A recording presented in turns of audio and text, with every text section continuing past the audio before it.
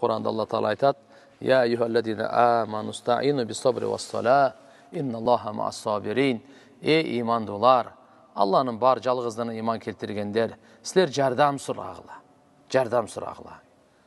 Namaz arkılı jana sabırdуулuk menen.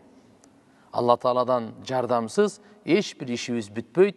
Жеңишке ие болбойбуз, бактылуу бола албайбыз, жамандыктан куткара албайбыз, кутула албайбыз тугандар. Демек бардык Аллахтын жардамы. Ва насру илля мин индиллах. Жардам Аллахтын тарабынан гана келет. Бирок Алла Таала бир эреже кылып койду: "Ин тансуруллах янсурукум ва юсаббит акдамакум." Эгер силер Аллахтын динине жардам берсеңер, Аллах силерге жардам берет. Жана силердин кадамыңарды бекем кылат, душманыңарды алдыңарда дейт. Алла Таала айтып атат: "Ya eyyuhellezine amanu, iman keltirgenler, ista'inu bis-sabri was-salah." Sabırdуулuk arkылуу, жана намаз аркылуу менен жардам сурагыла. Аллахтын жардамы намаз аркылуу түшөт экен тугандар. Мынакей. Дүйнөнүн дагы ахиреттин да кажетин Алладан сурайлы. Дүйнөнүн дагы ахиреттин жамандыгына пананы Алладан тилейли. Ошо намаз аркылуу.